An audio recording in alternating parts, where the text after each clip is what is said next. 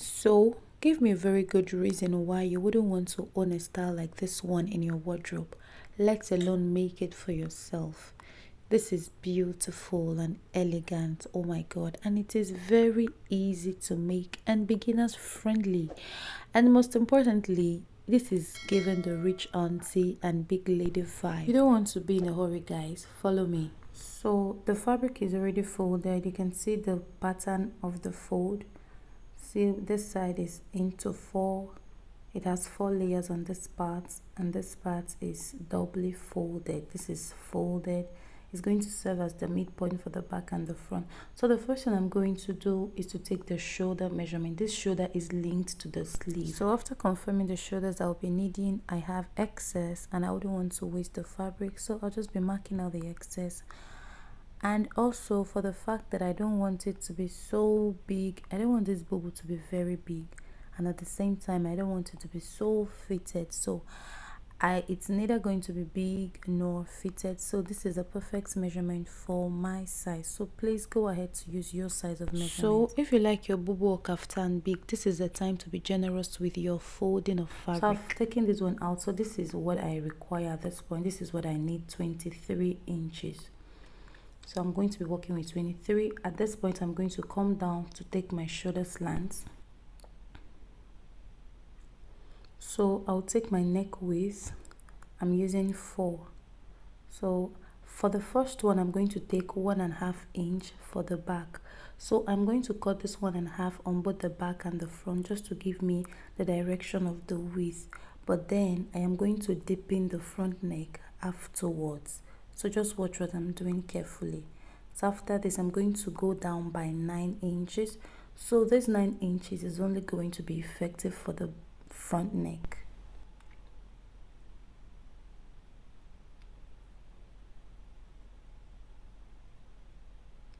So I'll just link the depth up until the width of the neck like this.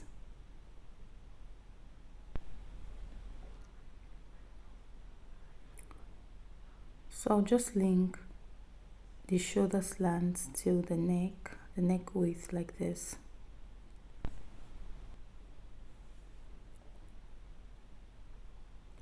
So my sleeve will be on this point, so I'll just leave a space for my sleeve, then I will sew all the way down, then I'll cover the side seam together after taking out my sleeve. So the dotted line that you see right here is going to be my sleeve area. So the next thing to do is to determine how wide you want the Bubu gown underneath to be. For me, I don't want it so tight and I don't want it so big because already there is a sleeve at the front. So the tighter the better, but be careful so you don't make it very tight. So I'm going to just slant from this shoulder side up until the measurement underneath like this.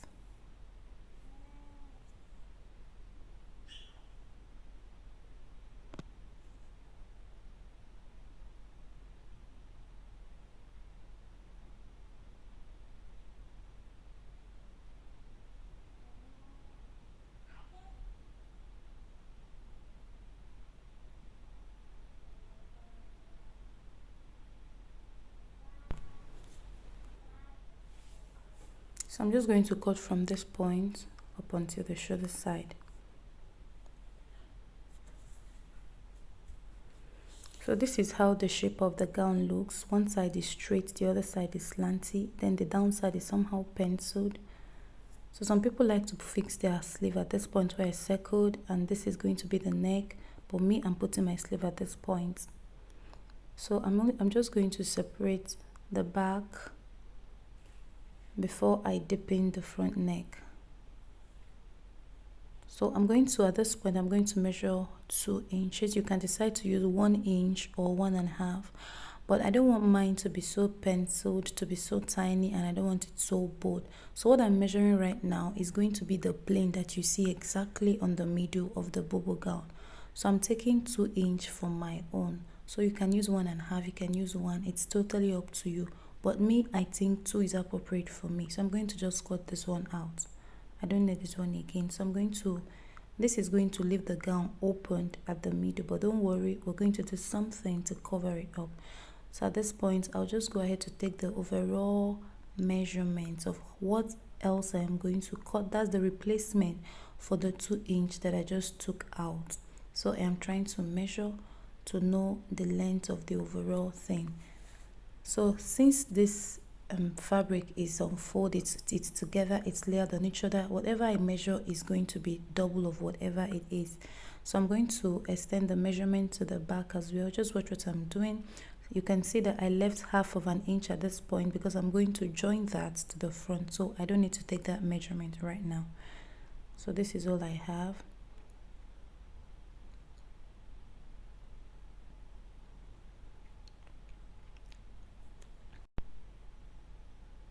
So this is what I am going to use as a replacement for that 2 that I cut out from the center part. So I measured 2.5, so that after joining it with a 1/2, I'm going to be left with 2, which is what I took out. So I'm now trying to confirm the measurement if it's going to be up to what I have. That is measuring from the down part up until the neck at the back. So I'm taking all of the measurements. So this is what I want at this point. So I am going to double it. So I'm going to fold it together because it's going to be unfold. Just watch what I'm doing. So this is not enough, so I need an extension. I need an extra.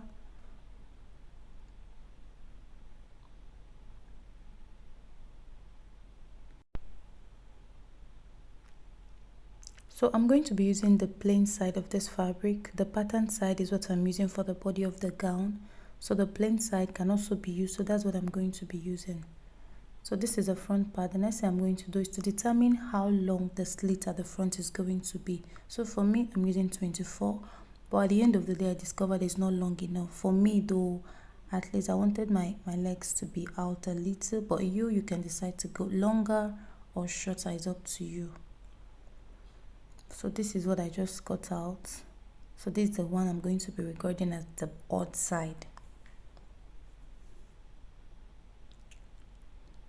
So I'll just layer it on each other and just determine the midpoint. Okay, so I will come down by, you remember we took 9 inches as the neck depth for the front, but I'm going to be using 11 inches because there is no zip of any sort. So this is your only means of wearing this gown. You're not putting a zip, neither are you putting any form of button. So the neck side is going to be the channel through which you wear your gown. So be careful so that you don't make it so large, and also be careful so that you don't make it so small, so that you start struggling with your head entering. So this point I just marked is going to be the point of the slit as well, the front slit. So I'm just going to mark the half on all of these points together so that I can connect them.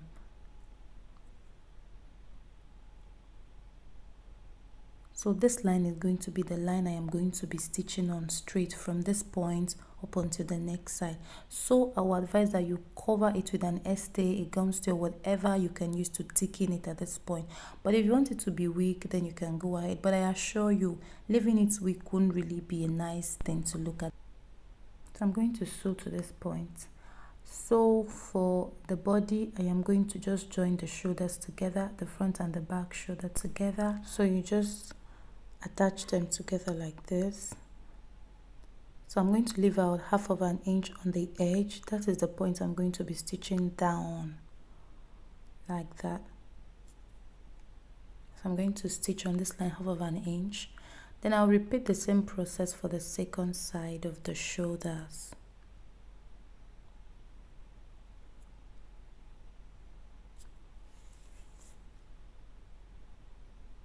Then I'm going to sew as well. I'm going to stitch on that part as well.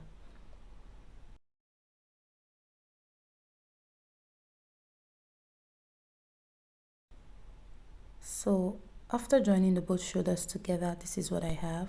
So over to this attachment, I don't really know what to call this part, but just follow me. So this is the neck region. This opening is going to be where your neck will pass through, and I'd gone ahead to dress this part. I'd ironed it, I had folded the edges like the bias kind of fold, and then you can see that I laced it with an stay, making it thick for me. That is what I want. You can see I've neatly ironed and done all of the works on it. see the slit as well. So if you're wondering how did she do it, just watch carefully. This is what I did. I stitched on this parts, and then you just flip it open like this way. So at this time I had not attached or ironed an estate to it to thicken it. You can see how weak it is, so the choice is yours. If you still want it to be weak as this, go ahead, but if you want to thicken it a little, then you have to add a thickener.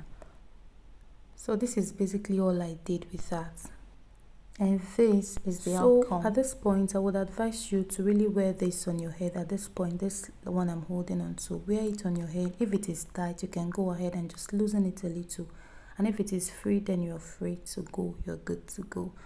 So this opening here, this is the provision we made for that channel. This is how it's going to fit in. So I'll just go ahead and mark the middle part of this. Should I call it a lapel? I don't know. So I'll just go ahead and just mark the midpoint. You can see that for the back neck, I marked it, I notched it at the middle there. So I'm just going to attach the middle of this kaftan to the middle of this extra attachment. Let me just call it an attachment, forgive me. So I'm just going to pin it. This is how I chose to really attach it together with it. This is easier this way. When I'm stitching on it, I'm stitching both what is on top and what is underneath. So just hold it down with pin all along.